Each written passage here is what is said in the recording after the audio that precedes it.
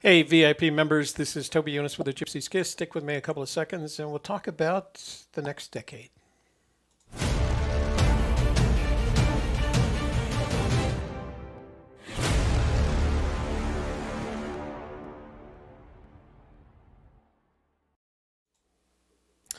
So I had a video topic planned out for this last op-ed of the decade, and then I realized, well, you know what? This is the last op-ed of the decade, and uh, it's coming up on 8 o'clock. That means that I've got 4 hours before the end of this decade and the beginning of the 2020. So I think it was a great opportunity for us to reflect where we are. So, come this summer, it will be 10 years that Forrest Fenn has uh, hid the treasure. And I want to be clear about a couple of things. I firmly believe, and I believe that my partner Shelley believes, that Forrest Fenn hid a treasure somewhere in the mountains north of Santa Fe.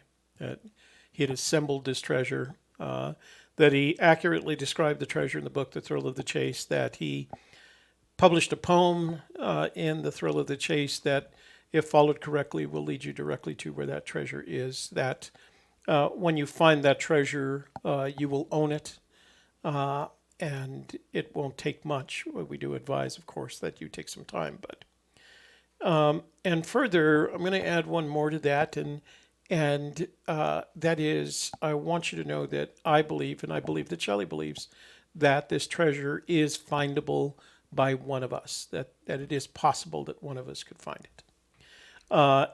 And although you'll hear me on my bad days talk about, it'll never be found, it'll not be found in my lifetime, I do believe that if the poem is somehow broken down to each one of the clues, that the treasure is findable, and we know that.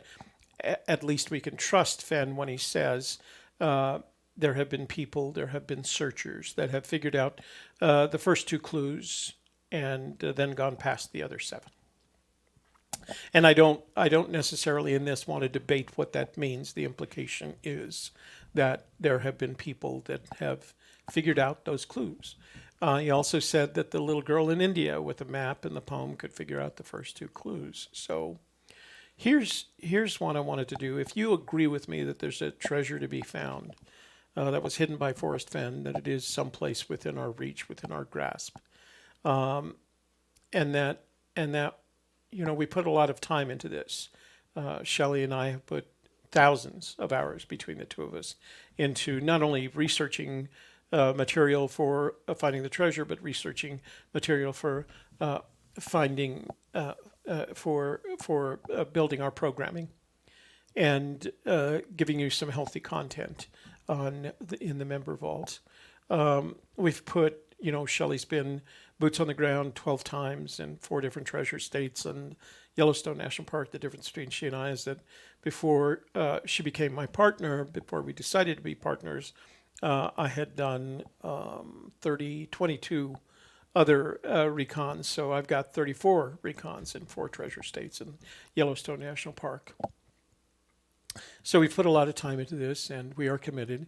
But I felt like we had to stop until we had something better. And what I feel like we need in terms of something better is those first two clues. And if the little girl in India can figure them out, I think we can figure them out. So I'm not sure how to suggest this, but I do want to talk about it the next time that we get together. And that is, I would like to spend part of 2020 in doing nothing but figuring out the location of the first two clues, meaning figuring out what warm waters are and where they halt. And that leaves the discussion open to a lot of things in a lot of ways, but I think the questions that we should ask about what warm waters halt and what they are and where they halt is more precisely where they halt. Because that's our starting point. Where warm waters halt is where we start. And I don't think, I think we have to consider all the possibilities. Now, you know as well as I do, because I've said it thousands of times, I'm very comfortable with the New Mexico fishing regulations because they tell us where warm waters halt, and they tell us what warm waters are, and they tell us where they halt. But I think what we have to do is take that, put it on the whiteboard of analysis, and then take all the others and see if we can come up with locations that indicate not only what they are, but where they halt. And I think that would be a good investment in our effort in 2020. That is not to say that we shouldn't continue studying the book looking for clues because, looking for hints, because I think if there's any hints in the book, they have to be hints that relate to the starting point of the treasure hunt. So I wanted to finish off that the 2019 is telling you this past decade has been a great decade for me. It included my retirement. It included moving to New Mexico. It included ensuring that all my children were on their own and in healthy work and healthy lives, and things like buying my house and moving into a house that I knew was probably going to be the last house that I live in. So the last decade has been really good for me, and I just thought about it. It was probably the first decade since the 1960s in which I haven't been shot at, or at least I've been in a place where people are shooting in my direction. So that was good. That was positive. So it's been a good decade.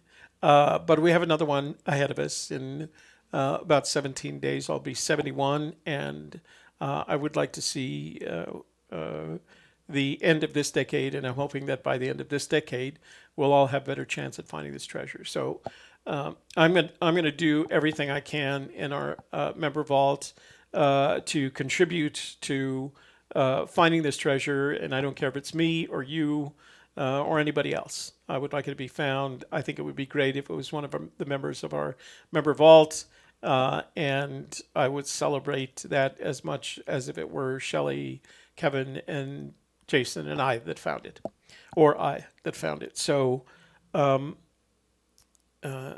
hope you're as grateful for the last decade as I am, and I hope you're looking forward as much to the next decade as I am.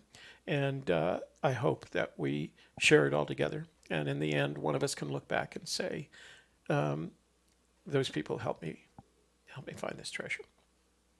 All right. Thanks. Happy New Year's.